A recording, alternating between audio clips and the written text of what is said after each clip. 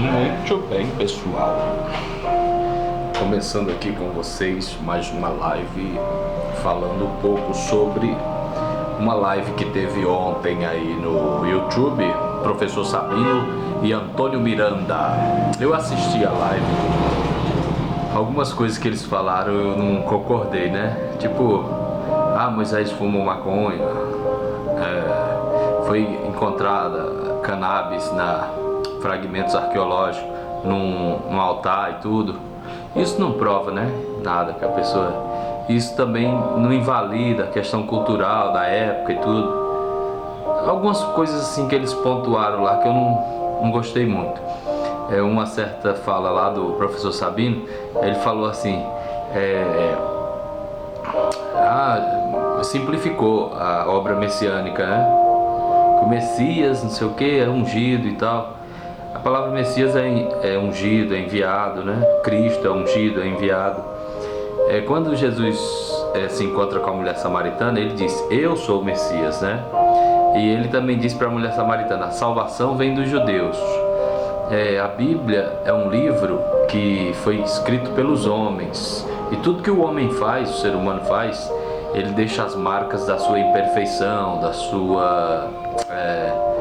mesmo naquele tempo, da sua incapacidade, da sua imperfeição mesmo, essa é a palavra. Os exegetas, ou os tradutores, ou os copistas, ao longo da história da Bíblia, que várias vezes copiaram, reproduziram em várias culturas, em várias épocas, em vários tempos, o Novo Testamento, né? O Antigo Testamento, Jesus reconheceu os profetas, a lei, os livros, os salmos, Davi, tudo aquilo ali Jesus reconheceu como sendo livro divino, inspirado, né? O que nos também faz pensar e não pegar... Quando você começa a estudar um pouco de teologia, você começa a ver que há erros de tradução na Bíblia.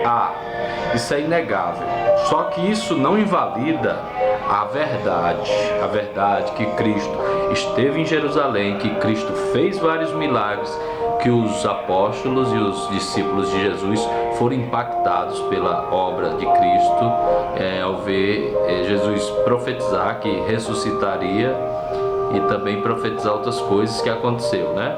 Jesus foi um profeta fiel, né? Que é Deus, sendo Deus e homem, na pessoa como humano, ele também mostrou que as palavras dele não... Ou das duas uma, ou Jesus era louco, ou Jesus era realmente quem ele era, né? Então, a dúvida que eu vi, que eles, quem estuda assim, como o professor Sabino e o Antônio, lá, o Miranda, eles têm muitas dúvidas, né? E eles questionam muito, Gilgamesh, o Egito, as literaturas egípcias, as literaturas da China e tal. Isso não invalida a obra de Abraão, né?